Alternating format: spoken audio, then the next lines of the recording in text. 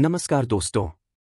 आज हम बात करने वाले हैं उस सम्राट की जिसे भारत का महान सम्राट कहा जाता है, पर जिसके जीवन का एक हिस्सा आज भी इतिहास के पन्नों में गायब है।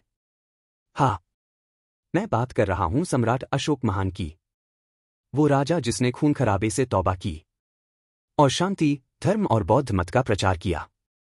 लेकिन क्या आपने कभी सोचा है अशोक के जीवन से जुड़ी वो बातें जो इतिहास की किताबों से जानबूझकर मिटा दी गईं? पहला रहस्य, कलिंग युद्ध के बाद का अंधकार काल। इतिहास कहता है कि कलिंग युद्ध के बाद अशोक ने हिंसा छोड़ दी, पर कुछ शिलालेख बताते हैं कि अशोक युद्ध के बाद अचानक लापता हो गए।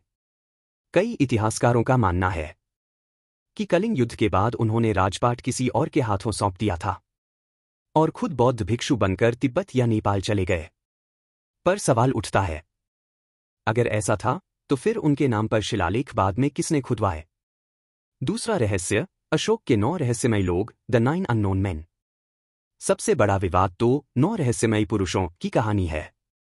कहा जाता है कि अशोक ने युद्धों के बाद 9 विद्वानों को चुना था, जिन्हें गुप्त रूप से मानव ज्ञान की रक्षा का काम दिया गया था। इन 9 लोगों के पास ऐसी ऐसी किताबें थीं जिनमें ऊर्जा नियंत्रण, जीव विज्ञान, मन की शक्ति और गुप्त अस्त्र शस्त्र के रहस्य लिखे थे। कुछ लोगों का दावा है कि आज की कई आधुनिक तकनीकें उन्हीं गुप्त पुस्तकों से प्रेरित हैं। क्या ये सच हो सकता है? क्या अशोक ने मानव सभ्यता के ज्ञान को बचाने के लिए एक गुप्त संघ की नींव रखी थी? तीसरा रहस्य, अशोक के शिलालेखों का गायब होना। इतिहास में लगभग 33 शिलालेखों का जिक्र है, पर कुछ पुराने रिकॉर्ड बताते हैं कि कम से कम 50 से ज्यादा शिलालेख मौजूद थे। तो बाकी के 17 कहाँ गए? क्या उन्हें किसी ने नष्ट किया या अशोक ने खुद मिटवा दिए ताकि कुछ बातें जनता के सामने कभी ना आएं? और अंत में, अशोक को धर्म का प्रचारक कहा जाता है, लेकिन कई पुराने तिब्बती ग्रंथों में लिखा है कि अपने अंतिम दिनों में अशोक को गंभीर अपराधबोध सताने लगा था। कहा जाता है कि उन्होंने खुद कहा था, मैंने जितना रक्त बहाया उसे कोई धर्म धो नहीं सकता। और इसके कुछ समय बाद वो अचानक इतिहास से गायब हो गए।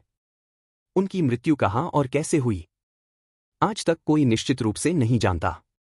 क्या सम्राट अशोक वाकई में महान थे, या उन्होंने अपनी गलतियों को छिपाने के लिए एक धार्मिक आवरण ओढ़ लिया था? आपका क्या मानना है? क्या अशोक ने 9 गुप्त पुरुषों जैसी कोई संस्था बनाई थी? अपने विचार कमेंट में जरूर लिखें।